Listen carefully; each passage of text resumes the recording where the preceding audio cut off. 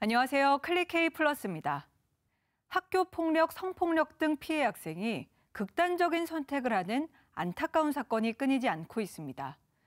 최근 코로나19로 원격 수업이 확대되면서 학교 폭력은 온라인으로 점차 확대되고 있는데요. 학교 폭력 실태조사 결과 지난해 학교 폭력을 당한 학생은 1.1%로 2019년과 비교해 조금 줄었습니다. 하지만 학교 폭력 피해 유형 가운데 사이버 폭력은 2019년 8.6%에서 지난해 9.8%로 늘었습니다.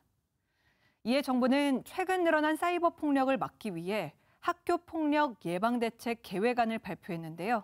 자세히 알아보겠습니다. 혹시 사이버 불링이라고 들어보셨나요? 사이버 불링은 사이버 공간에서 특정인을 집요하게 괴롭히는 행동을 말하는데요.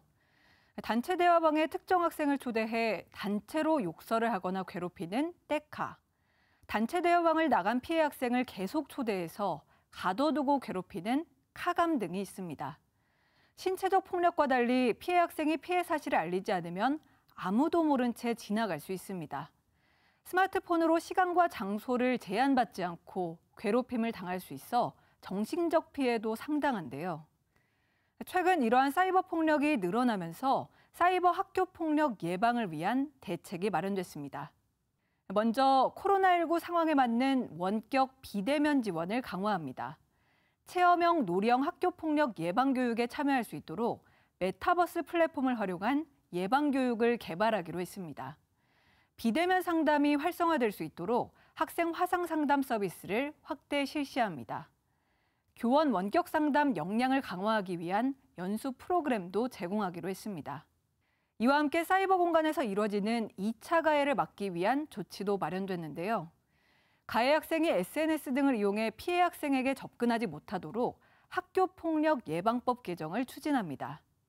학교 체육시설의 CCTV 설치를 지속적으로 확대하고 피해 학생 정서 지원을 위한 멘토링 사업을 진행합니다. 학교 폭력 피해가 극단적인 선택으로 이어지지 않도록 학생 자살 예방 지원 강화 방안도 마련했습니다. 바로 교원 생명 지킴이, 게이트키퍼 전문 인력 양성을 확대하기로 했는데요. 이를 통해 자살 징후로 보이는 학생에 대한 조기 발견과 개입, 대응을 활성화할 계획입니다. 이뿐만 아니라 학교 폭력 피해 학생을 위한 보호 체계와 치유 시스템도 강화되는데요. 학교 폭력에 노출된 학생이 신고하고 대응할 수 있도록 학생보호 원스톱 온라인 시스템 앱을 마련합니다. 언제 어디서나 학교 폭력, 성폭력 등을 신고할 수 있고 GPS 위치 확인을 통해 교사나 경찰이 즉시 도울 수 있도록 지원할 예정입니다. 피해 학생이 동의하면 상급 학교 진학과 학교 전출 전입 때 신상 정보를 공유해서 지속적으로 보호합니다. 그런가 하면 그동안 가해 학생 조치의 실효성이 적다는 지적에 따라서 학생기록부 기재 중간 삭제 요건이 강화됩니다. 가해 학생들에 대한 실효성 있는 조치도 더욱 강화되어야 합니다. 중대한 학교 폭력을 저지르고도 허지부지 잊혀지지 않도록 학생부에 기재한 가해 학생 전학 조치 기록을 졸업 후에도 일정 기간 보존하도록 제도를 개선하겠습니다. 학교 폭력으로 인한 강제 전학 조처는 가해 학생 학생기록부에 기록하고 해당 학생부는 졸업 후 2년까지 보존합니다.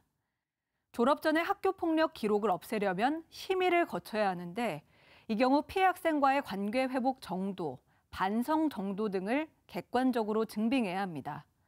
아울러 학생 운동선수 폭력 예방을 위해 중고등학교 체육특기자 선발 심사 때 학교 폭력 이력을 반영할 방침입니다. 디지털 시대 스마트폰을 이용한 손쉬운 괴롭힘에 희생되는 학생이 늘고 있는데요. 학창 시절을 평생 잊지 못할 악몽으로 기억하는 일은 더 이상 없어야겠습니다.